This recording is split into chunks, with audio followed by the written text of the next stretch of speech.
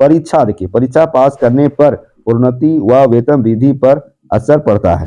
इस फॉर्मेट को भरना है और फिर आपको परीक्षा देनी है। जोहार दोस्तों, जय हिंद दोस्तों, हमारे चैनल पर आप लोगों का स्वागत है। आइए विभागीय परीक्षा के बारे में आपको बताते हैं। हिंदी टिप्पण और प्रारूपण परीक्षा के बारे में आपको बताते हैं। इसमें बहुत इंपॉर्टेंट क्वेश्चन होता है कि किन्हें यह परीक्षा पास करनी होती है, ये बताएंगे। परीक्षा पास नहीं करने पर प्रोन्नति व वेतन वृद्धि पर क्या असर पड़ता है, ये भी बताएंगे दोस्तों। हिंदी टिप्पण और प्रारूपण परीक्षा यदि नहीं पास करे तो प्रोन्नति और वेतन वृद्धि पर क्या असर पड़ता है, ये बहुत इंपॉर्टेंट क्वेश्चन लोगों का होता है। इसके बारे में बताएंगे। किन सरकारी कर्मचारियों को यह परीक्षा पास करना अनिवार्य होगा, एग्जाम कब होती है और एग्जाम का फॉर्म कैसे भरे, इसके बारे में भी हम आपको बताने वाले हैं। बस इस वीडियो को पूरा देखेंगे, आपको समझ में आ जाएगा।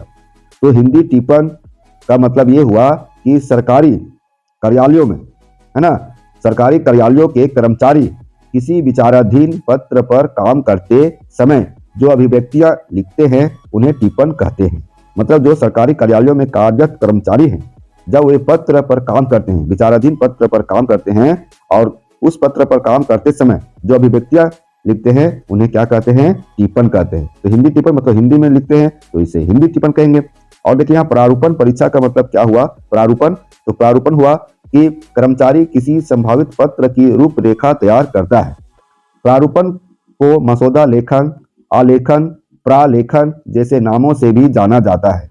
प्रारूप तैयार करते समय पत्राचार के अलग अलग तरीकों की जानकारी जरूरी होता है, तो इसे क्या कहेंगे, प्रारूपण। तो हिंदी टिप्पण समझ के, टिप्पण तो हिंदी में और प्रारूपण है ना, जिसको इंग्लिश में बोलते हैं ड्राफ्टिंग। तो ये हुआ। लेकिन इससे संबंधी परीक्षा पास करनी होती है कर्मचारियों को। मतलब इस वीडियो में देखेंगे दोस्तों कि किन लोगों को, किन सरकारी कर्मचारियों को यह परीक्षा देनी होती है, और यदि हम परीक्षा नहीं दे तो इसका प्रभाव प्रोन्नति और वेतन वृद्धि पर पड़ता है। ठीक है, तो आइए आपको हम दिखाते हैं इस वीडियो को,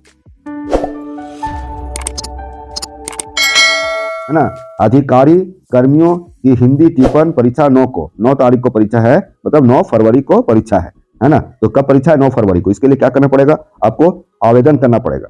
झारखंड सरकार कार्मिक प्रशासनिक सुधार तथा राजभाषा विभाग, ठीक है, ये विज्ञापन निकला हुआ है दोस्तों। और ये जो देख रहे हैं यह फॉर्मेट है ना, इस फॉर्मेट को भरना है और फिर आपको परीक्षा देनी है।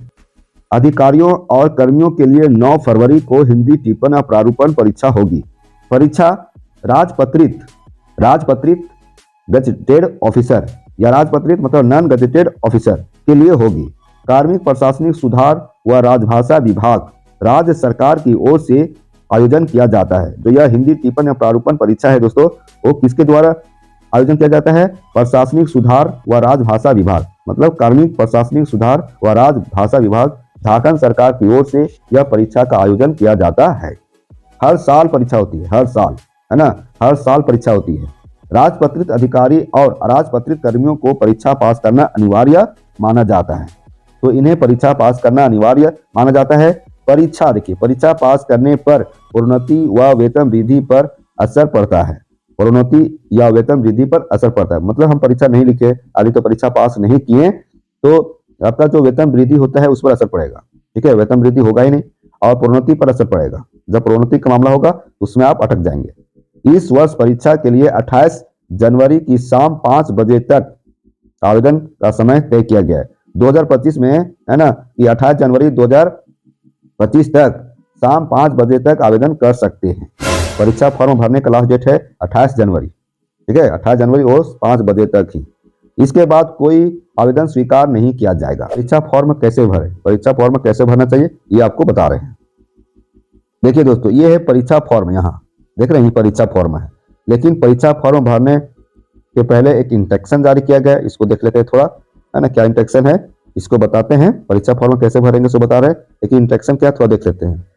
कार्मिक प्रशासनिक सुधार तथा राजभाषा विभाग की तरफ से यह एग्जाम लिया जाता है, ये विज्ञापन है। यह कहता है कि दिनांक 28/7/2024 मतलब 28/7/2024 को संपन्न हिंदी टिप्पण प्रारूपण, मतलब 24 में भी परीक्षा हुई थी 28/7/2024 को, है ना, तथा हिंदी लिखने पढ़ने की योग्यता परीक्षा का परीक्षा फल ज्ञापन के मतलब है कि 28/7/2024 को जो परीक्षा हुई थी उसका रिजल्ट जारी किया गया है। और यदि उसका रिजल्ट आप देखना चाहते हैं तो यहाँ पर यहाँ देखिए, गोल करें हम तो ये वेबसाइट है, यहाँ पर उपलब्ध है, यहाँ पर आप देख सकते हैं, प्रमाण पत्र डाउनलोड कर सकते हैं। ठीक है, ये 28/7/2024 को जो संपन्न हुआ हिंदी टिप्पण एवं प्रारूपण परीक्षा, ठीक है, तो उसका परीक्षा फल दिनांक 23/12/2024 द्वारा प्रकाशित और प्रेषित है। उत्तीर्ण परीक्षार्थियों की सूची तथा प्रमाण पत्र कार्मिक प्रशासनिक सुधार तथा राजभाषा विभाग की वेबसाइट पर उपलब्ध है। चलिए यहाँ देखिए, दूसरा पॉइंट में अगली परीक्षा, मतलब जो 2025 में परीक्षा होगी वह परीक्षा कब है? 9 फरवरी को। ठीक है, 9 फरवरी को परीक्षा है, 11 बजे पूर्वाह्न से लेकर 1 बजे अपराह्न तक।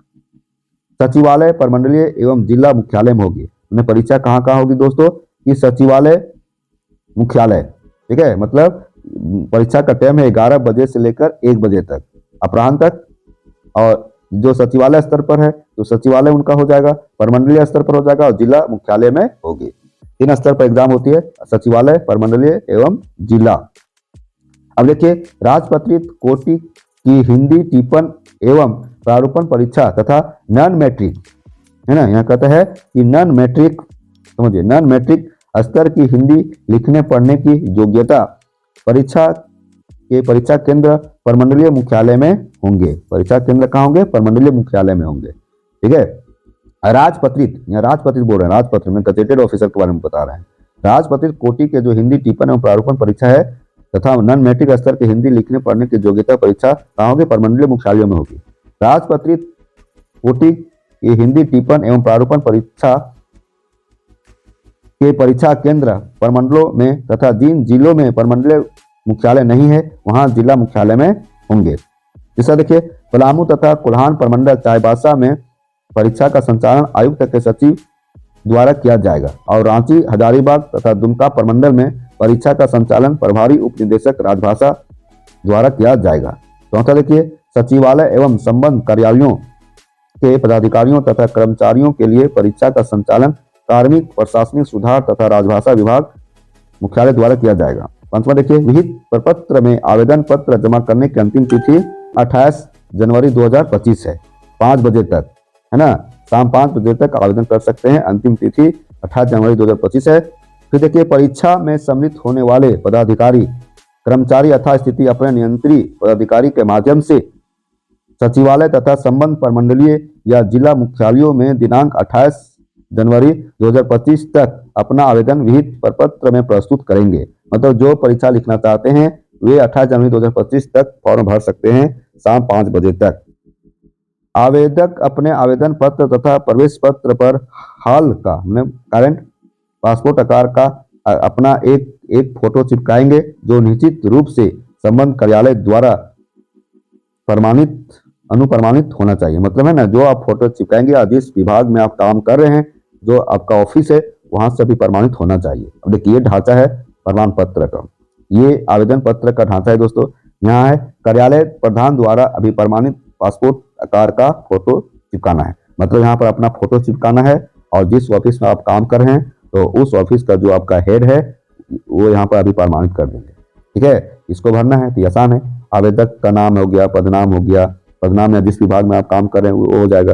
राजपत्रित हैं कि अराजपत्रित हैं, तो यदि आप गजेटेड ऑफिसर हैं तो लिखना है, राजपत्रित है तो लिखना है।